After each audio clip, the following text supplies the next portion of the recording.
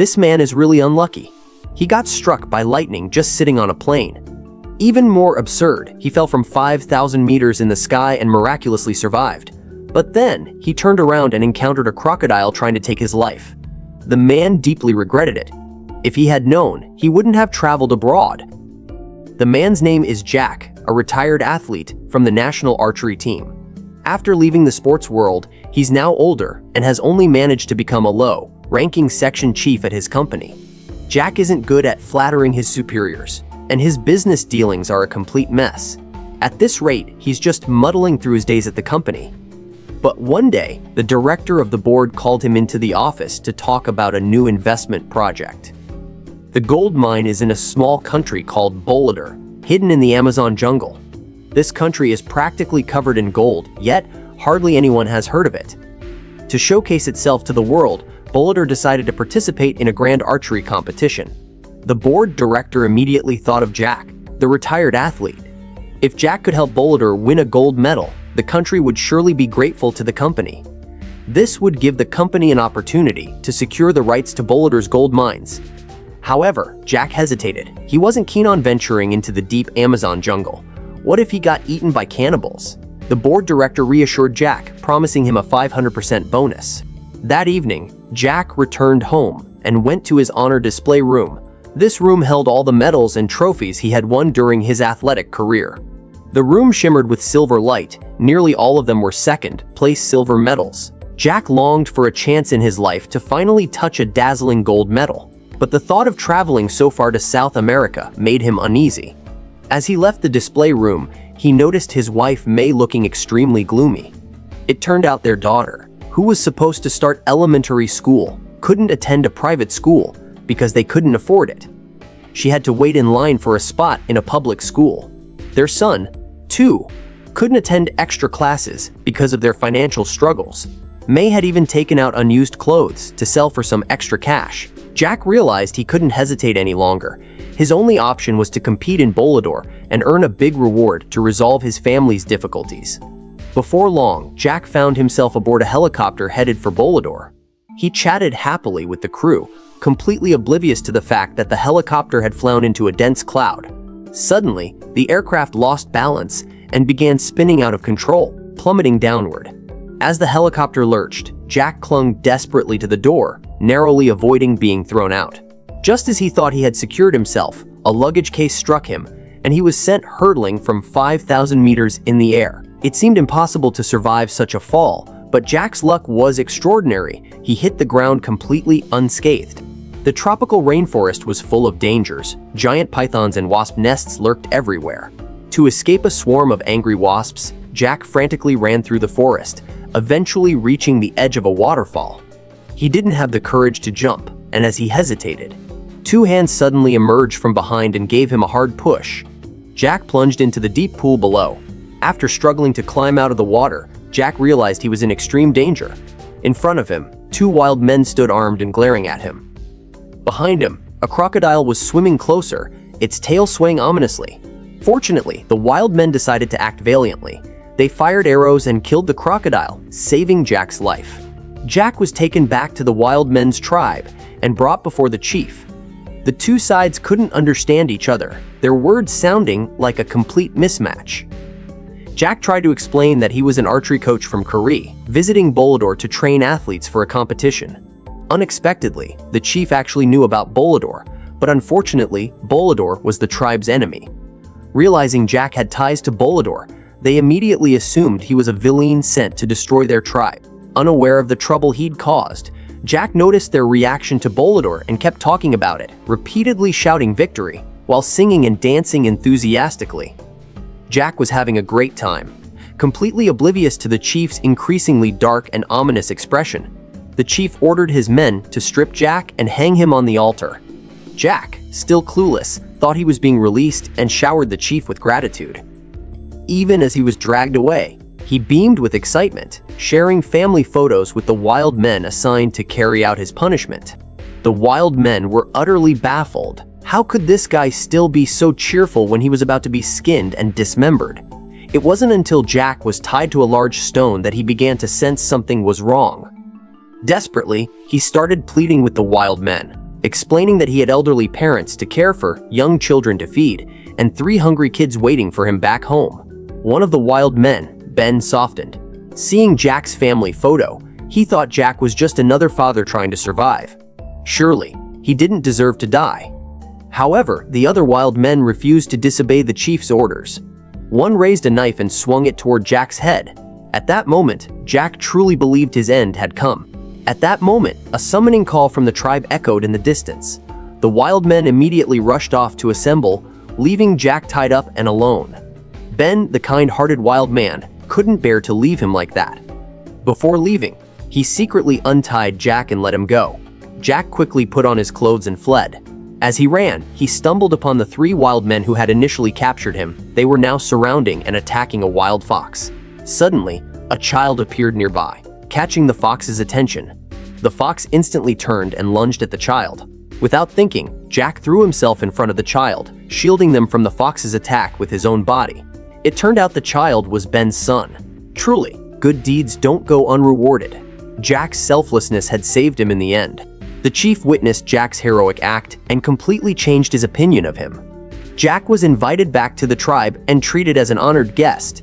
That evening, the tribe held a special welcome ceremony for Jack. Ben, the kind-hearted wild man, eagerly chatted with Jack.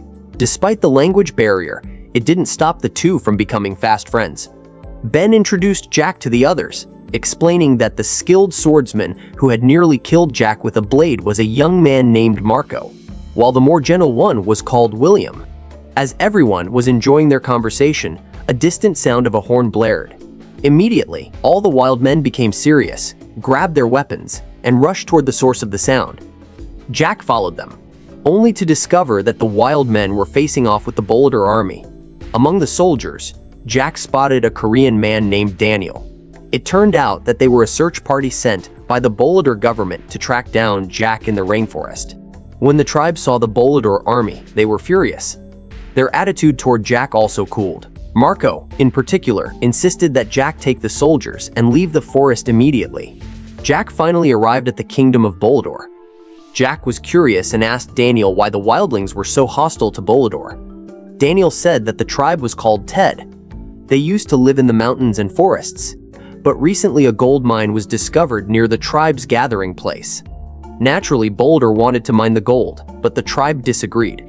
The tribesmen do not agree, so they have a lot of disputes, and the relationship is getting worse and worse. The Boulder's official arrived and took Jack to meet the athletes who were going to participate in the archery competition. After seeing the athletes training, Jack was disillusioned. At best, they were novices. In 5 months, they would be going to Korea to compete in the World Archery Championships.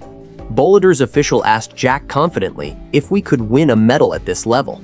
Jack replied that of course not. Medals are not decorations. Can anyone get one unless a great archer falls from the sky? Just as Jack was about to give up, an idea suddenly came to him. He realized he actually knew some master archers. That very day, he called Marco, William, and Ben from the wild tribe. Jack promised that if Marco and the others helped Boulder win medals in the archery competition, Boulder would never again invade their land. Jack had already negotiated with the Boulder government and secured a protected status for the Ted tribe. However, Marco was reluctant to participate. In the eyes of the tribe, archery was a skill for survival, a heroic act, not some sport or entertainment to win favor. But Jack reminded him that by competing for the tribe's rights, Marco would still be performing a heroic act. He added, "If you don't believe me, then shoot me with an arrow right now." Marco hesitated. At that moment, an explosion echoed in the distance, signaling that the Boulder army had once again clashed with the tribe. For the sake of peace, Marco finally agreed to go to Korea for the competition. Thus, Marco, William, and Ben became Jack's students, learning formal archery under his guidance. Just then, a Boulder official came to inspect the training. He saw that all 3 of them had missed the bullseye, and their skill level was worse than Boulder's own athletes. However, upon closer inspection, the official was stunned. It turned out that Marco, William, and Ben's arrows had surrounded a small moving spider, a display of precision that left the official in awe. Impressed by their extraordinary skill, the official immediately decided to sign a contract with them, allowing them to represent Boulder in the archery competition in Korea. Back in the Ted tribe, the three were hailed as heroes for bringing peace to their people. Bolador's government was thrilled and immediately signed an agreement with Jack's company to begin mining the gold. When Jack returned home as a hero, his colleagues at the company greeted him with great enthusiasm. The president personally met with Jack, offering him a promotion and a raise. Jack couldn't stop smiling. Just then, a bad news arrived. The three Boulder athletes were arrested and taken to the police station. Jack hurried there to bail them out and was shocked by their reckless actions. William had climbed the outside of a skyscraper without any safety equipment, causing the building's residents to panic and call the police. William claimed he was just trying to return to his hotel. Ben had shot and killed ornamental koi in a decorative river, explaining that he did such things regularly in his tribe. The most terrifying incident involved Marco. He had shot at a car tire at an intersection, causing a chain reaction traffic accident. Marco defended himself by saying he had only aimed to save a child he thought was in danger. At the police station, the three were still defiant and even planned to assault the officers. Jack was so frightened that he immediately started groveling, apologizing nonstop. After a lot of effort, he finally managed to get them out. Now, Jack was too afraid to leave them in a hotel. To be safe, he decided to bring Marco, William, and Ben home with him to look after them. Jack was most afraid of his wife, May. He knew that if she found out he had brought three wild men home, she would probably eat him alive. As Jack anxiously awaited May's return, she finally came home. Although May was unwilling to have strangers in the house, she decided to show her hospitality as a good Korean host. That evening, she prepared a lavish barbecue dinner to welcome the guests from afar. However, due to their different dietary habits, Marco and the others couldn't stand the Korean food. They found the kimchi seasoning too strong and thought the pork was zombie meat without soul. They even refused to use utensils, preferring to eat with their hands. May, furious, let out a fierce roar that sent the whole house trembling in fear. Marco and the others immediately behaved and ate their meal without any complaints. Later that night, Jack was woken by the smell of grilling meat. He rushed to the living room and was horrified to see Marco and the others starting a fire with the furniture and roasting a chicken. The smoke triggered the fire alarm, and water started pouring down from the sprinklers. May, furious, kicked out the three wild men, along with Jack and Daniel, sweeping them all out of the house. Jack had no choice but to take the three wild men to the archery range owned by his former teammate Tim, who was now running the facility. He knelt down and begged Tim to take them in. However, Tim had long been unhappy with Jack's decision to retire early, and now he was eager to see Jack fail. He had no intention of helping him. So, Jack played his trump card. He reminded Tim of his infidelity during his honeymoon. With that, Jack and his three students ended up staying at Tim's archery range. Not only could they stay there, but they could also train. Although Marco and the others were familiar with archery, they had no idea how to use modern bows or the competition rules. Jack and Jongwon started from the basics, teaching them how to hold the bow and the correct posture. While their arm strength, waist strength, and balance improved, they still couldn't hit the target. Jack suddenly realized that perhaps the three were used to shooting at live animals and had no connection with shooting at inanimate targets. He knew he had to help them overcome this habit if they were to succeed. So, Jack took out a toy crocodile and had the three practice shooting at it. Sure enough, they hit the target accurately, striking the crocodile's vital spot. Encouraged by this success, Jack placed animal pictures on the archery targets. The three of them could now aim precisely at the animals and hit the bullseye every time. Recognizing their talent for shooting at moving targets, Jack decided to take them to a shopping mall for a raffle.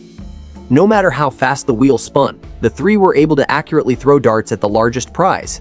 They helped Jack win a 75-inch television. Jack brought the TV home, and May was delighted. She no longer opposed Jack's decision to train the three wild men. Gradually, Marco and the others began to adjust to modern society and grew closer to Jack's children. Jack frequently took Marco and the others camping with his kids, using it as an opportunity for some outdoor training.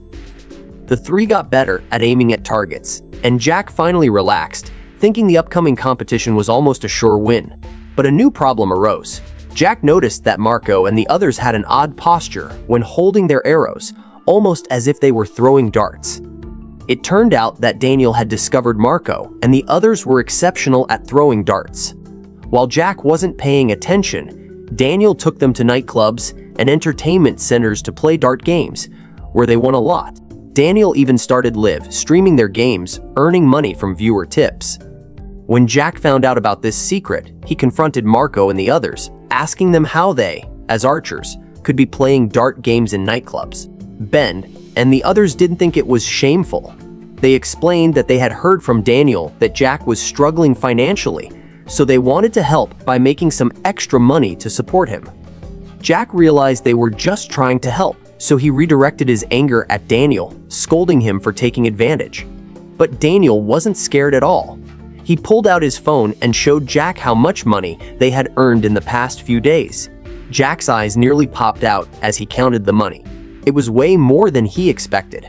Although he didn't want to admit it, Jack reluctantly shook hands with Daniel, knowing that in the face of money, all principles seemed to fade away.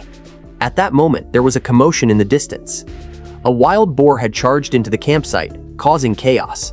Jack immediately rushed over to protect the children and discovered that his young daughter was being targeted by the boar. Without hesitation, Jack crept closer to his daughter and scooped her up. The sound of his daughter crying enraged the boar, and it charged straight at her.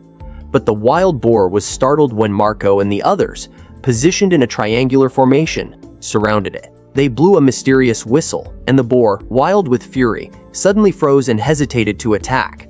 As the situation calmed, 2 tranquilizer darts hit the boar.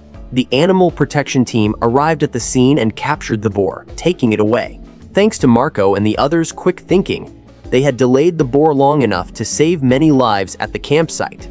People around them gave thumbs up, impressed by their bravery. After months of intense training, Marco and his companions made significant progress in their archery skills. They could now easily hit the bullseye, and they were confident they would win in the upcoming competition. The night before the competition, they performed a traditional dance that warriors from their tribe would do before heading into battle, praying for victory and safe return. On the day of the competition, Marco, William, and Ben stayed calm and composed. They finished the preliminary round in 5th place, securing a spot in the finals.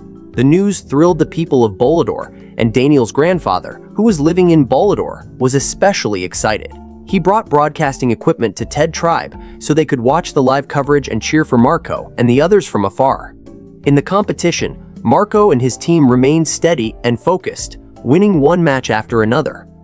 As their fame grew, the small country of Bolador began to gain international attention. It became clear that sports were the best way to showcase the nation's strength and spirit on the world stage. As the semi-final match between Bolador and Korea progressed, everything seemed to be going well. The 2 teams were neck and neck, with the scores tightly matched. However, midway through the competition, disaster struck. A piece of devastating news reached the team. Bolador had launched an attack on Ted Tribe, using explosives to force them out of the forest. Daniel, fearing that the news would affect Marco and the team's performance, quickly relayed the message to Jack in Korean. But to everyone's surprise, Marco understood the word, explosives, and immediately suspected that something had happened to his tribe. The psychological burden weighed heavily on him, and despite his best efforts, Marco couldn't focus on the competition. His performance faltered, and Bolador ultimately lost to Korea in the semi-final, missing out on the gold medal. After the competition, Marco felt a strong urge to return to his homeland. His people needed him, and he wanted to protect his tribe. However, Jack wouldn't let him go. Despite the loss of the gold medal, he reminded Marco and the others that with effort, they could still win the bronze. Their mission in Korea wasn't just about victory, but also to represent their people and their cause. Desperate to find out more about the situation with Bolador, Jack hurried back to his company and sought information from the department head. He needed to understand the situation regarding Bolador and whether the agreement was still in place, that if they won a medal, the mining operations in Ted Tribe's land would be halted. The department head revealed the government had no control over the situation anymore. Although it had been officially stated that the mining would stop, the mining contractors had secretly signed a contract to continue extracting gold from the land. Now, the company didn't need to deal with the Bolador government. The department head told Jack that he needed to send Marco and the others home immediately and ensure they didn't win a medal. If Bolidor became a globally recognized country due to their success, the mining operations would be at risk, and the mining interests couldn't afford that kind of exposure. Jack was caught in a moral dilemma. He had to choose between supporting his friends and protecting the interests of his company. And at that moment, Jack heard the news from Daniel that Marco and the others had been kidnapped. It was done by the people sent by the director of the board. Jack couldn't take it anymore and aimed his arrow at the chairman of the board. The director of the board revealed the location of Marco and the others, which was on a deserted island off the coast of South Korea. When Jack arrived, the kidnappers were having a meal. Jack threatened the kidnapper leader with his bow and arrow, ordering Marco and the others to tie up all the kidnappers. Unfortunately, Daniel wasn't at the scene. Marco and the others didn't understand what Jack meant and thought he wanted them to treat the kidnapper leader like a wild boar. Seeing that Marco and the others were useless, Jack had no choice but to keep shooting arrows to threaten the kidnappers. But soon, his arrows ran out. Fortunately, Jack could speak a little of Ted's native language. The group quickly turned and ran, with the kidnappers hot on their heels.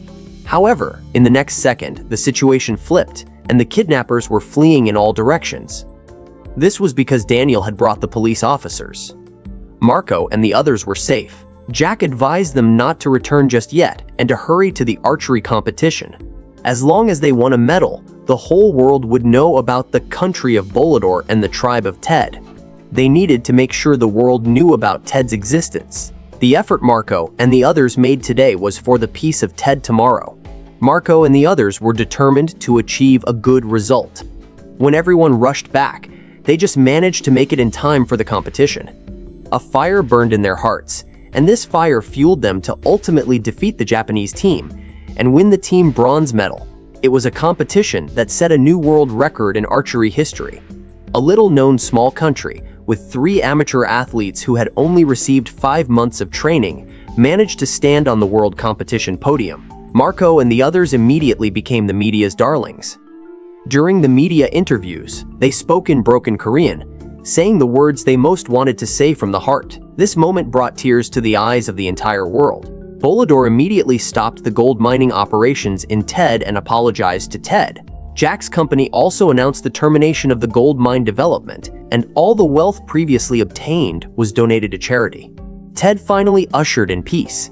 Before Marco and the others returned to their country, they reluctantly said goodbye to Jack, hoping to meet again someday. After this event, Jack's name spread worldwide and orders flooded in. He became a professional coach, traveling to various countries to train athletes. His archery career thrived, and he no longer had to play the subordinate role in the company. This is a typical Korean-style comedy film, combining intense and suspenseful plotlines with humor. Through exaggerated performances, the film seamlessly incorporates comedic elements that would otherwise feel out of place. Despite being filled with various implausible coincidences, this aspect becomes the hallmark of the unique humor found in Korean comedy films. When watching such movies, there's often no need to delve into the story's logical coherence. It's all about whether it's funny or not. Most notably, the film manages to blend competitive sports with comedy, offering moments of struggle as characters pursue their dreams. The archery competitions create a tense and thrilling atmosphere, even though it doesn't focus on sentimentality and often uses humor to downplay emotional scenes. Yet, by the end, the film remains deeply moving and leaves viewers feeling energized.